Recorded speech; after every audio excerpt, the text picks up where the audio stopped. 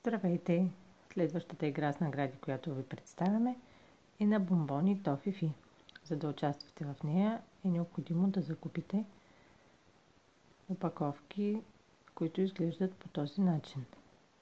Промоцията е до 17 декември 2017 година, а в играта могат да се спечелят няколко вида награди. Промоционалната опаковка се различава от другите с това, че в долния десен ъгъл има голямата награда, а отляво има лента, която обявява играта.